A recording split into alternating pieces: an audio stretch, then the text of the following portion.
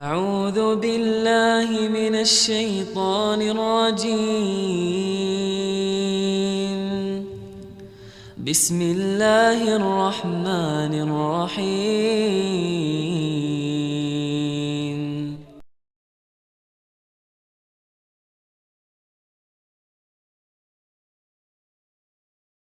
Allah bukan hanya senang kepada kata-kata istighfar. Allah bukan hanya akan pasti menghapus dosa-dosa orang yang beristighfar, tapi yang lain Allah juga selain menghapus dosa-dosa kita, setiap kali kita beristighfar Allah kasih hadiah loh. Jadi bukan cuma Allah nge-read, Allah typing, Allah ngebales, Allah ngechat sama kita, tapi Allah juga tiba-tiba ngirim gosen. Tiba-tiba di rumah kita, Bu, ini ada yang ngirim, Mas, Kak, Bang gitu, ini ada yang ngirim gosen. Pas dibuka hadiah dari siapa? Dari Allah. Coba, Allah itu bukan cuma senang kalau kita bilang maafin saya ya Allah, langsung Allah read, langsung Allah typing, ya udah dimaafin. Bukan cuma segitu. Pas begitu kita nulis segitu, Allah langsung nyiapin kado, hadiah, send kepada kita. Bisa sampainya hari ini, bisa sampainya besok, bisa nanti dikasihnya di akhirat. Karena di akhirat kita lebih butuh itu daripada di dunia. Yang pasti Allah nge-send hadiah buat orang yang bersifat. Pasti itu 100% Allah kasih. Cuman ada yang dikasihnya sekarang, ada yang kasihnya ntar sore, ada yang dikasihnya besok, ada yang dikasihnya someday, ada yang kasihnya next time pas nanti kita di akhirat. Yang jelas Allah pasti ngasih kita hadiah.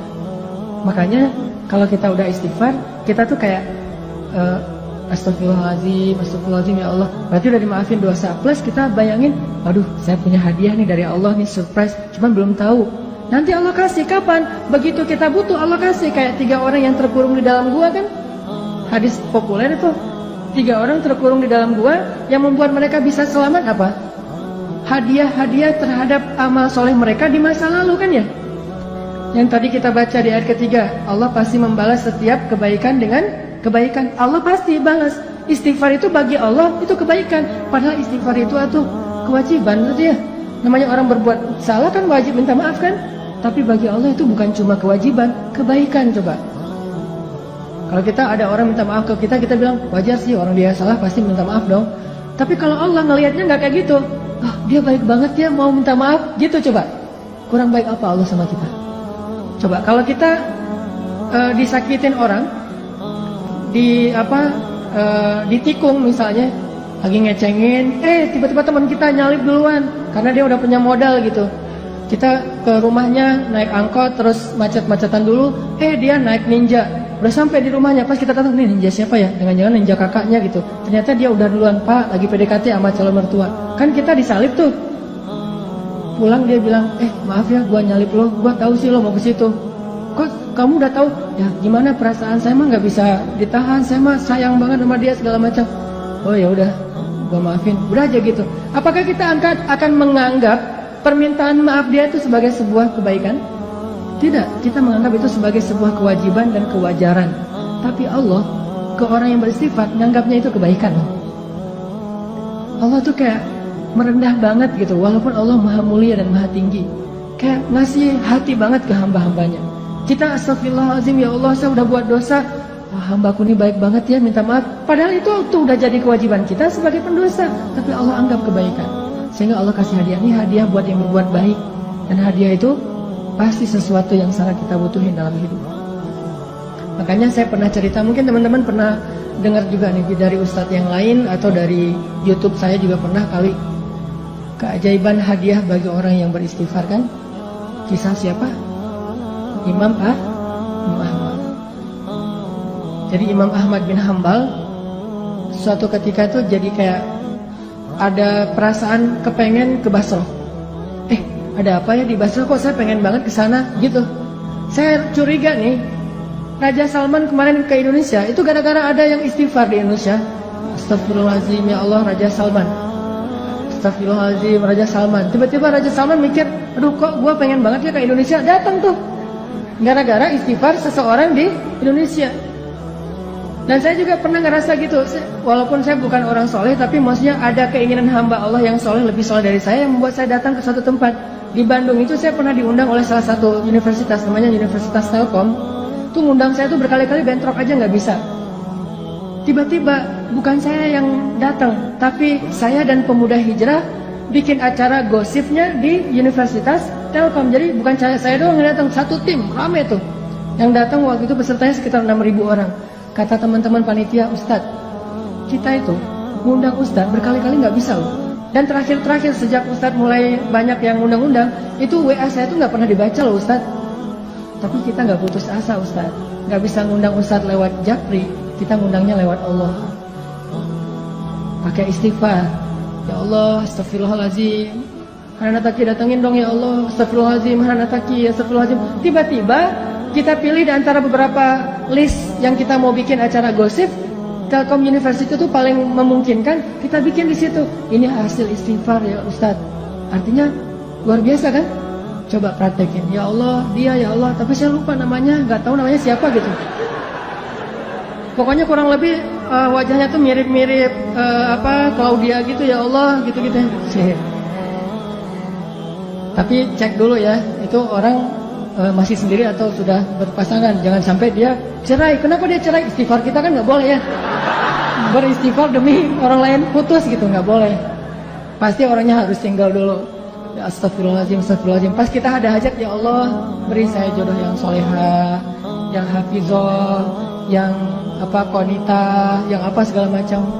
Pas ketemu benar, Neng, Kak, namanya siapa? Solehah, konita, hafizah gitu. Sesuai dengan permintaannya. Walaupun dia baru belajar tahsin 1 gitu, tapi namanya Solehah Konita Hafizah, SQF, Solehah Konita Hafizah, SQH. Nah gitu deh pokoknya. Jadi Imam Ahmad, by the way teman-teman, Imam Ahmad itu ulama dengan hafalan hadis yang terbanyak loh. Tahu berapa hafalan hadis Imam Ahmad? Kalau kita kan hafal hadis itu 1 ya, dari dulu sampai sekarang. Innamal a'malu ini. Kalau Imam Ahmad 1 juga, 1 juta. Hafalan hadisnya 1 juta. Imam Syafi'i aja gurunya Imam Ahmad itu respect banget, takjub sama Imam Ahmad. Imam Syafi'i tahu sendiri kan, yang hafalannya itu gimana. Kalau baca buku, beliau takut hafal. Baca buku takut hafal. Jadi kalau dia baca buku 2 halaman gitu, 1 halaman ditutup. Aduh, saya takut nih kehafal. Ditutup dulu biar nggak kehafal coba. Kita tuh, aduh, gimana ya cara hafal? Imam Syafi'i, aduh, khawatir kehafal nggak sengaja. Nggak sengaja kehafal. Kita mungkin satu-satunya yang kita hafal nomor telepon, cuma nomor telepon si dia. Kadang nomor telepon sendiri juga nggak hafal loh. Bisa nomor teleponnya berapa? Ntar ya, cari dulu. Tapi kalau nomor istri saya aja saya hafal banget tuh. Imam Ahmad hafalannya 1 juta hadis. 1 juta hadis, dan itu bukan cuma teks dengan sanad-sanadnya dari ini 1 juta. Saking luar biasanya kesolehan Imam Ahmad. Kan jadi selebgram banget tuh di masa beliau tuh ya. Followersnya udah jutaan lah pokoknya Imam Ahmad mah. Di mana-mana pengen Imam Ahmad ngejapri, tapi kan namanya orang udah sibuk kayak Imam Ahmad kan nggak bisa ngebales. Akhirnya ngejapri langit. Tiba-tiba Imam Ahmad saya pengen banget ke Basrah. Ada apa ya di Basrah? Padahal saya nggak kenal orang loh di Basrah, tapi pengen. Setelah berapa hari kepengen, akhirnya azam, bela saya berangkat aja. Siapa tahu ada sesuatu yang saya dapat kebaikan di sana. Berangkat ke Basrah. Namanya orang tawadu, rendah hati. Berangkat ke Basrahnya itu sendiri, nggak ada preparation apa-apa, nggak ngebooking pesawat, nggak ngebooking hotel, berangkat aja sendiri, backpackeran gitu. Jadi Imam Ahmad itu backpacker soleh. Dari Madinah ke Basrah backpackeran, jalan ke Basrah. Sampai di Basrah, karena nggak ada tempat menginap, beliau menginap di masjid terbesar di kota Basrah. Di dalam masjid lagi tidur, diusir sama marbot. Bang, ngapain tidur di sini? Pak, saya musafir dari Madinah, nggak ada tempat tinggal. Ya ini bukan hotel ini. Udah mirip Medan belum sih? Bah gitu ya. Ini bukan hotel ini. Mbah, kenapa tidur di sini? Udah keluar gitu. Diusir aja. Ini Medan, Bung, gitu ya.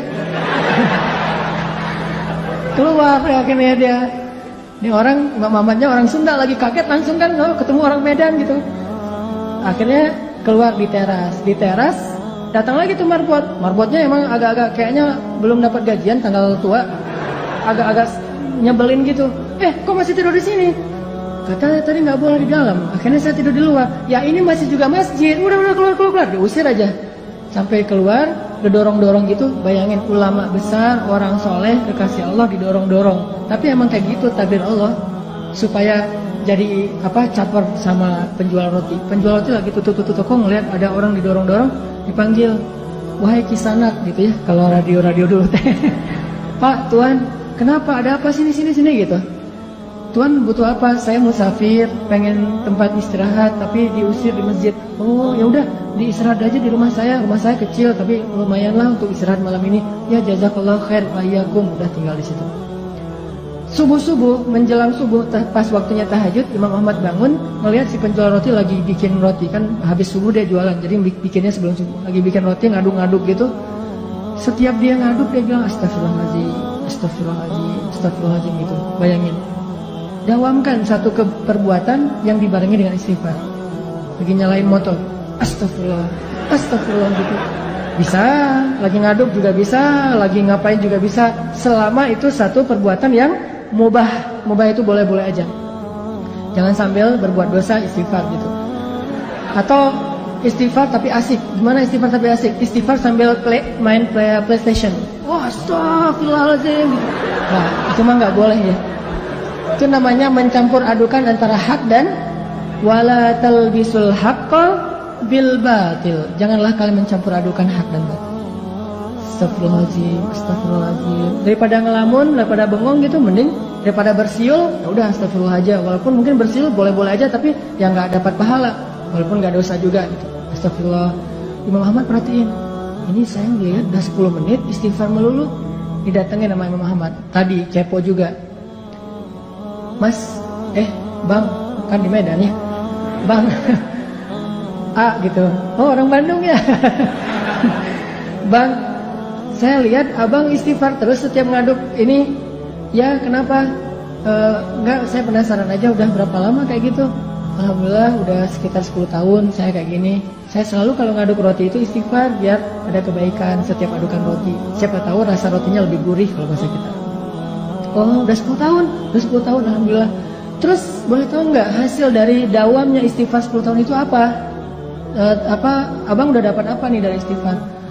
Alhamdulillah, sejak saya istighfar kayak gini, Allah selalu ngasih apa yang saya minta. Gak pernah saya berdoa yang Allah tolak, semuanya dikabulin sama Allah. Kecuali satu yang belum dikabulkan. Apaan? Saya tuh pernah berdoa, ya Allah, saya pengen banget selfie sama Imam Ahmad. Pengen banget tuh. Gak apa-apa, Allah sekali aja, yang penting bisa ketemu sama Imam Ahmad, pengen jabatan tangan, pengen tahu wajah orang yang hafal hadis 1 juta hadis itu kayak gimana. Saya minta ke Allah, cuman mungkin belum aja, tapi saya yakin pasti akan dikabulkan. Imam Ahmad langsung nangis coba. Masya Allah, jadi ini nih yang menarik saya ke Basra nih. Istighfar dialah yang membuat Imam Ahmad pengen banget ke Basra. Bela-belain habis-habisan sampai diusir-usir di masjid, gara-gara dia beristighfar. Jadi pengaruhilah hati seseorang, pengaruhilah hidup seseorang dengan istighfar kepada pemilik hati dan kehidupan orang itu. La ilaha illallah Muhammadun Rasulullah alaihi salatullah wa alihi wal ahibba